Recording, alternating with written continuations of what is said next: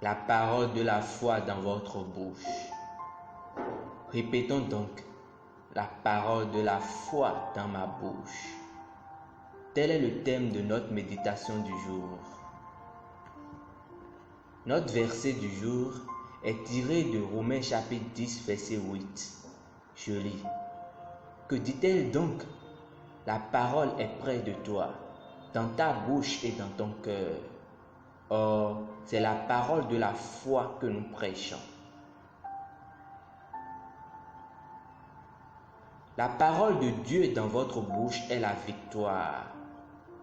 2 Corinthiens chapitre 4, verset 13 dit: Nous avons le même esprit de foi, selon qu'il est écrit: J'ai cru et donc j'ai parlé.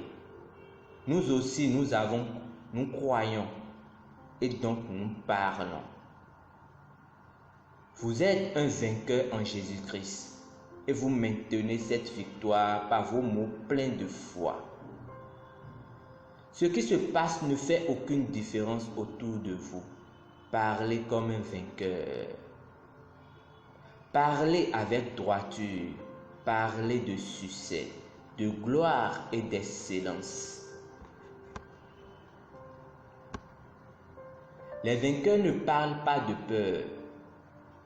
Ils ne parlent pas de manque ou de faiblesse.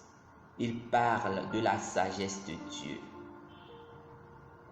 Bien que nous parlions de sagesse, ce n'est pas la sagesse de ce monde dont on parle, mais nous parlons de la sagesse de Dieu dans un mystère. 1 Corinthiens chapitre 2, versets 6 à 7. D'autres peuvent s'accrocher à l'obscurité du monde actuel, la décimation des marchés mondiaux et les économies mondiales. Aucun de ces événements ne devrait vous émouvoir parce que vous n'êtes pas de ce monde. Quand les hommes sont rejetés, vous devez dire: Je suis accepté. Les myrrhes me sont tombées dessus dans des endroits agréables. J'ai un bon héritage. Ma prospérité est indépendante des circonstances.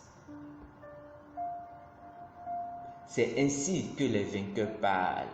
Ils répondent aux circonstances et aux situations avec la parole. Ils disent ce que Dieu a dit. Hébreux chapitre 13, verset 5 à 6 dit: Il a dit, afin que nous puissions dire avec audace. Si vous avez vécu les symptômes d'une maladie, par exemple, n'exprimez pas les symptômes. Déclarez la guérison et la santé.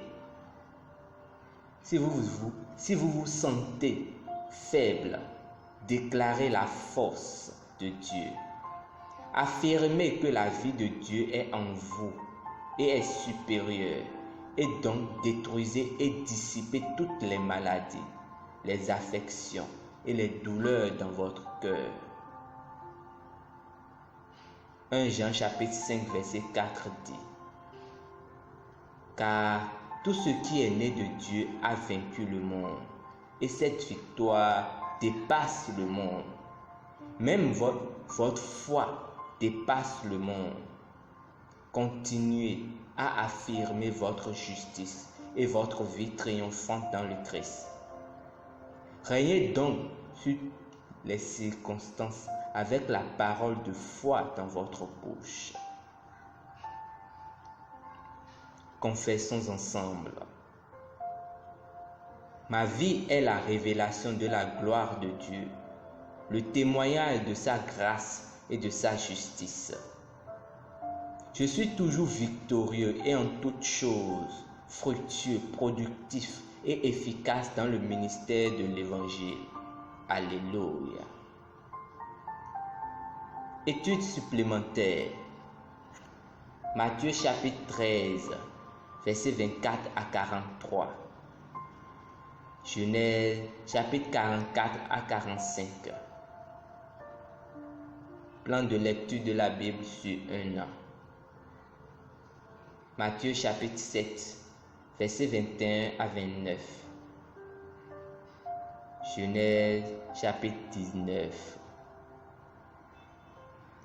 Plan de lecture de la Bible sur 2 ans. Marc chapitre 11, versets 22 à 23. Josué chapitre 1, verset 8.